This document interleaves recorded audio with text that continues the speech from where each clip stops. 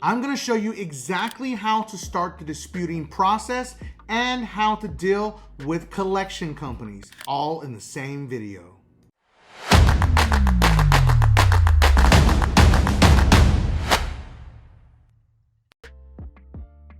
There's a lot of confusing information out there on how to get your credit reports for free. And let's be honest, it's really scary when you have to deal with a collection company that's constantly calling you and harassing you. On today's episode, I'm gonna walk you through step by step on how to pull your credit reports for absolutely free. And I'm gonna teach you how to deal with a hoe-ass collection company that is harassing you and calling you all the time. So you want to make sure that you watch this to the very end because there's gonna be a lot of good sauce in this video. Welcome back to the channel. I'm Mike the Credit Guy. I'm the owner and founder of Limitless Culture. We created the most advanced DIY credit management system in the industry. Our system allows you to take control of your credit, creating custom Metro 2 attack letters every single round, never using templates, for only $55.99 a month. Link is always going to be in the description. Now let's get into this video. First things first, we're going to go to annualcreditreport.com. Again, that website is annualcreditreport.com. You can get your credit reports for free once a week at this website. Now, this does not include your credit scores. Understand that. Don't let anybody tell you otherwise. I don't have any reason to make this up. If it was free, I would tell you, get your free credit scores now. But unfortunately, it's not. If you need your FICO credit scores, I have partnered with MyScoreIQ, and you can get your credit scores for $1 on a 7-day trial, the credit scores that the lenders see, all of your industry FICO scores.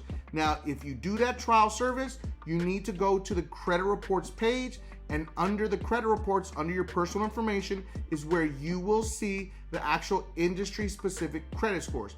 So now let's go to annualcreditreport.com and let's walk you through the process on how to pull your credit reports from them directly for free and how to download them. All right, so we are at annualcreditreport.com where we're going to pull our 3 credit reports. Now we're going to request your reports. Now we need to fill out all of your personal information. Make sure this is 100% accurate and you enter all of the fields that are needed. This is very important that your birth date is accurate and your social security number is also accurately yours, because you do not want to enter the wrong one because that will lock you out and you do not want to have that problem. So you enter your social security number, then it will ask you to verify it. There we go. Then we're going to enter our current address. Now make sure you enter the correct address that is on your driver's license, and you should have updated it if you haven't, if you've moved. So enter all that information. It's going to also ask you if you had a previous address. If you had a previous address, that is very important that you enter it for the last 2 years. If you do not enter this can also lock you out because they know where you've lived, even though you think they don't. They've got all that information already on you. So make sure that you enter this properly. That's very important if you live somewhere else in the most recent 2 years besides your current address. I cannot stress that enough, because we do not want to get locked out of these credit reports. Hit next. Now we're gonna click all 3 because we want all 3 reports. I'm gonna walk you through TransUnion and Equifax first, and Experian should be easy. It's going to ask you for your email address and your phone number. Now, when you enter this, make sure you enter the same ones that you've put in there if you've been here before. We do not want to get locked out, because if you get locked out and they cannot verify your information, then you will have to call the phone number to get your credit reports, and it will take 2 to 4 weeks to get the paper copies, and you do not want those paper copies because it is sometimes over 100 pages, over 200 pages, depending on who you are. So now we're going to send a text message to the phone number we entered. It's going to verify us. It's going to shoot the text. Make sure you use the correct phone number. I know it sounds silly me saying this, but I'm going to say it because some people don't understand that you have to enter the correct phone number, so it'll send you the code. Once you send the code, let's go. Come on. All right. You're all set. You've been processed. Continue. Let's go. Let's get those credit reports for free. All right, we're gonna save and print. Now you need the page to actually load the preview. If you do not load the preview, guess what? It won't give you the whole report. It'll give you like the first page or something like that. So make sure it loads the complete preview and it shows all of your pages. All right, there we go. Now we're gonna choose Save as PDF. We do not want to print this out because it could be too many pages. Some of you may want the hard copy, I don't know, but I definitely don't. So, all right, now we're gonna click that little red button that says go get your return to annual credit report so you can get your next report from Equifax. There we go. It's gonna do the same thing. It's gonna ask you to enter your email address and your phone number. Now, it may be different for some people, and it may ask you security questions. Make sure that you answer those questions as accurately as you possibly can, because if you answer those wrong, guess what? No good news. It's seriously bad news, and it's gonna lock you out. It's gonna make you call the phone number. We don't wanna call them and talk to them if we don't have to. That's the golden rule when having to deal with these credit reporting agencies. All right, so it's processing a request. We want it to send us the code. Let's go. It's taking a little bit too long. Come on. You can do it, Equifax, I promise. Is it just me or is Equifax sometimes a more difficult one to deal with? All right, we're sending the code. It's gonna send us the code. Now we're gonna wait for the code to enter it. You see how simple this is? This is actually very, very simple. It's almost way too scary simple because it's not always like this for everyone. Always remember, you may have to answer security questions. Make sure that you answer them as accurately as you possibly can. This is like the easy version. I don't know why it's not giving me the security questions. It could be because I've been here a good amount of times. So come on, code, where are you at? There we go, here we go. All right, continue. We're gonna do the same thing. We're going to download the report, save reports and scores. Come on, let's go. We wanna save the reports. Processing this information. All right, there we go. Print your credit report. But remember, we're not printing, we're gonna save it as a PDF. Let's go, we're almost done. We're almost to the promised land. Stick with me, people. We're almost there. All right, here we go. So we saved it. This is like a Google version right here, okay? There's different versions. And click download it. Make sure it loads the preview. Remember, there we go, preview is loaded. We're gonna download the report, and there you go. It's just that simple, and we're done. It was really just that simple. So now if you have any negative items and you're looking for the collection company phone numbers or the creditor's phone numbers or addresses, all you have to do is go to the very bottom of your PDF and look for the creditor's phone number and address. If you need to send them a letter or you're looking for a collection company, you know, that whole ass debt collector that keeps calling you, you can use that information there to send them a letter or call them. Now, I'm gonna walk you through some steps on how to deal with collection companies that are harassing you. There are a lot of rules that a lot of people just do not understand how they work. So I'm gonna cover all those rules and make sure that you understand how to deal with them and how to fight back against the hoe-ass collection companies. Last part is the most important. When you're dealing with a hoe-ass debt collector, they actually have a like button so you can tell them if you like them or you dislike them. No, they actually don't, but this channel definitely does. Make sure to smash that like button and hit that subscribe button. We're trying to get to 1 million subscribers, but we cannot do it without you. Please understand, this is not financial advice. This is not legal advice. I am not an attorney. This is for educational purposes only.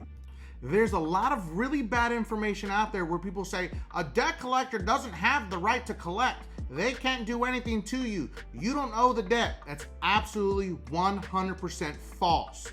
They can in fact do that. Now, if you want to know if your actual agreement stands, that they can sell your information to a third party, you can go to the CFPB website.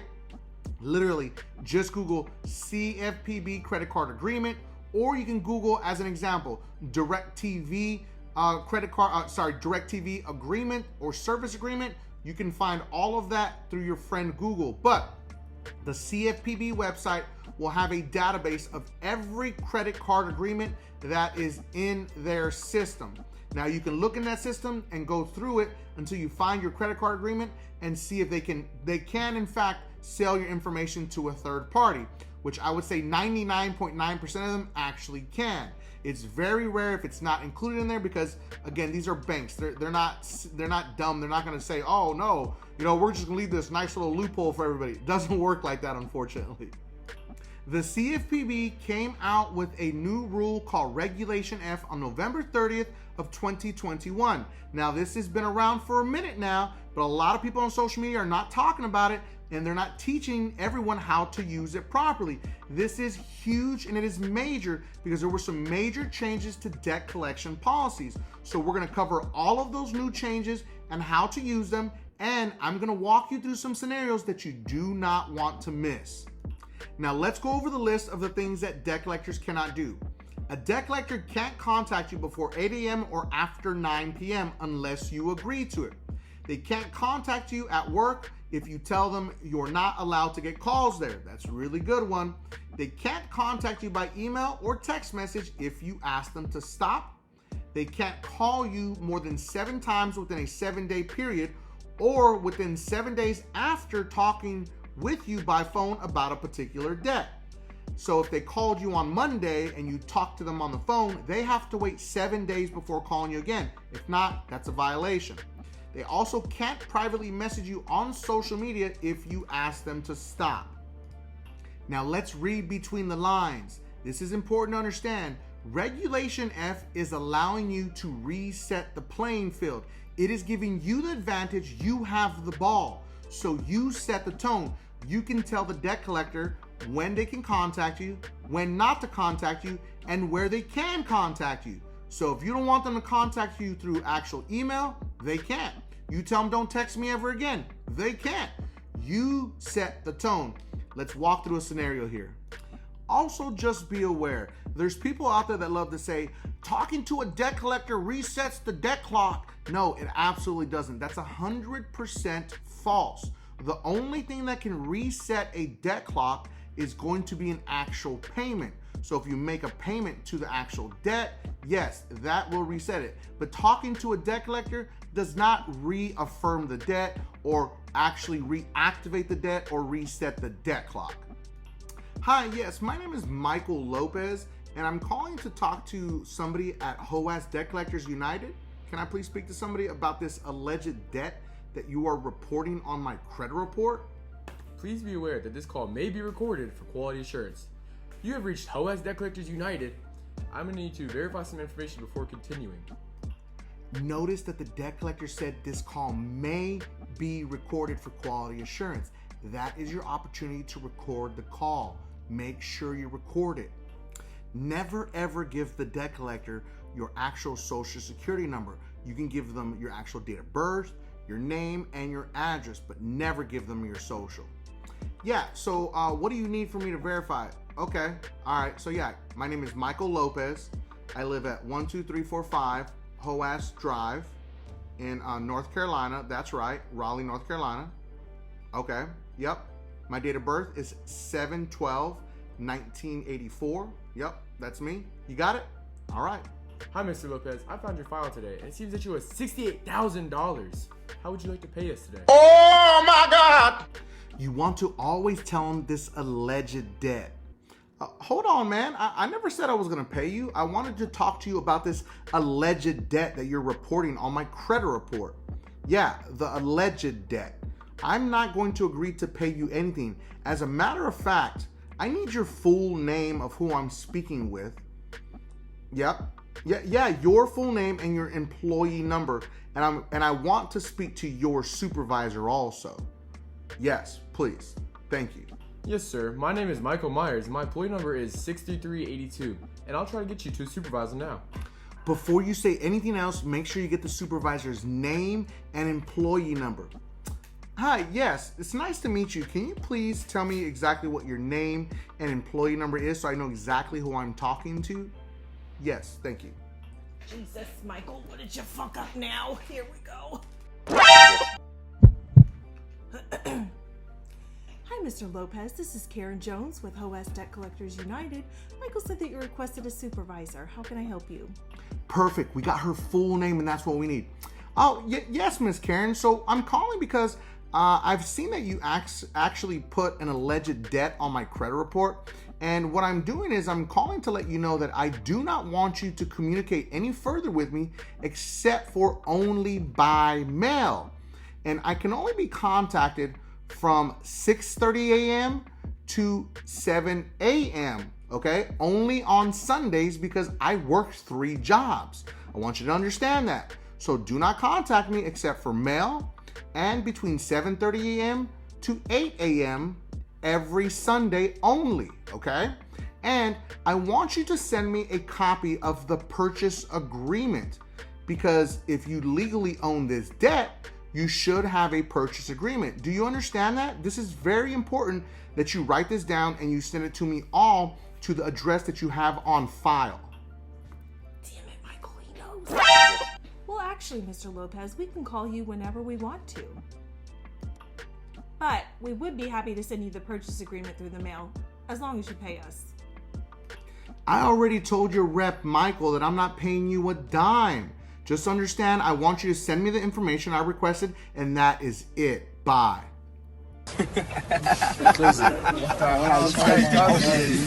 It is what it is. It is what it is. Did you see what we did there? We controlled the entire conversation. We told them a specific time frame when they can only call us.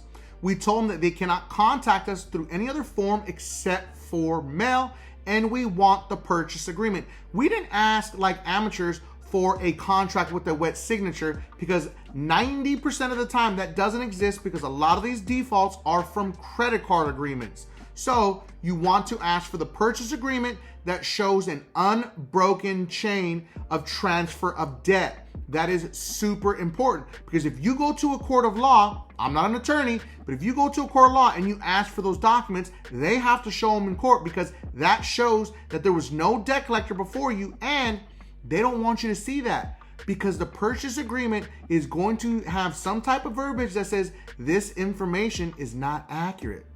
So if they send you a purchase agreement and it clearly states this information is not accurate, because when debt is sold, they put that in there as a clause. Now you take that letter and you send it to the actual credit reporting agencies and you file a complaint also with the CFPB on their site, clearly stating that this is not accurate, it's not complete, you want it deleted from your credit report. Now, if they don't send you a purchase agreement, guess what? You can file a complaint with the CFPB and telling them they have not verified that they were the true owners of this alleged debt, and they have not verified or validated anything, and you want this item deleted from your credit reports effective immediately. Simple as that, because they need to show an unbroken chain of transfer of debt. There are a lot of state regulations in the state of North Carolina. That is one of the biggest rules when you're dealing with a debt collector. So make sure that you check with your local laws about debt collection practices also. I hope you enjoyed the video. We covered a lot. How to get your credit reports for free once a week from annualcreditreport.com. I ran through all the rules and regulations that you need to know about debt collectors and how to stop them in their tracks and control the process. It was a lot that we covered. I'm glad we can keep it at least under 20 minutes. If there's anything specific you want me to talk about, drop it in the comments section. Drop some emojis in there so we can get this video going, because it's all about you, our community. We cannot do it without you, and I cannot thank you enough. So thank you for watching. And make sure that you watch the next 2 videos because those are recommended by YouTube. And don't forget, subscribe to increase your credit score.